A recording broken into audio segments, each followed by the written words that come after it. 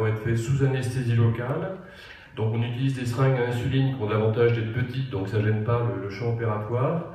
On utilise des petites aiguilles, alors ça dépend la hauteur qu'on doit réséquer, mais en général pour des petites résections on peut utiliser des aiguilles sous-cutanées. L'avantage c'est que très souvent les patientes ne sentent même pas la piqûre avec ce type d'aiguille. Et donc on va injecter un cc de adrénaliné à 1% aux 4 points cardinaux. C'est donc fait en soins externes, donc la patiente reste une demi-heure dans l'établissement.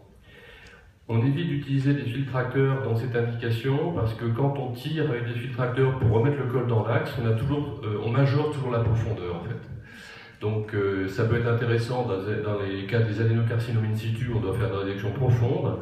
Et là pour une petite résection, il faut éviter les filtracteurs. Et si le col est dévié, parce que l'utérus est rétroversé ou latérodévié, eh ben, on peut se débrouiller en utilisant comme je l'ai montré ici, une boule de coton ou de gaz dans le cul-de-sac vaginal pour remettre le col dans l'axe. Donc le choix de l'anse, bien sûr, il va être fonction de la lésion, aussi bien dans sa configuration au niveau de l'exocole que dans sa pénétration intracervicale. Et en fonction du type de lésion, donc purement exocervicale avec une petite pénétration et avec une pénétration beaucoup plus importante dans l'endocole, vous allez choisir une anse qui sera entre 5 mm et 3 cm de hauteur. Alors, on a tendance à conseiller un mouvement latéral, sachant que le mouvement antéro-postérieur vous expose à la fin à avoir la pièce du conisa qui tombe, donc ça vous gêne, vous ne voyez plus très bien ce que vous faites et vous risquez aussi d'abîmer la pièce. Donc nous on préfère le mouvement latéral.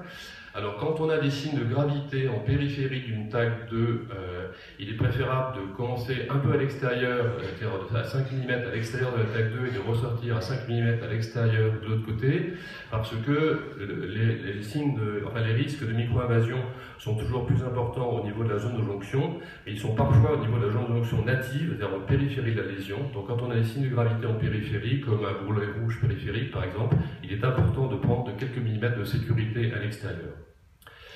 Alors il est également important d'utiliser un spéculum latéral qui va protéger les parois vaginales latérales parce que ça soit sous anesthésie locale ou même avec une petite anesthésie générale, le contact de lancée thermique va parfois provoquer un mouvement de la patiente et quand on est sous vision colposcopique directe, si la patiente bouge un petit peu, vous voyez, ça bouge beaucoup, c'est-à-dire vous ne savez plus du tout où vous êtes et c'est là où on risque d'avoir des plaies vaginales.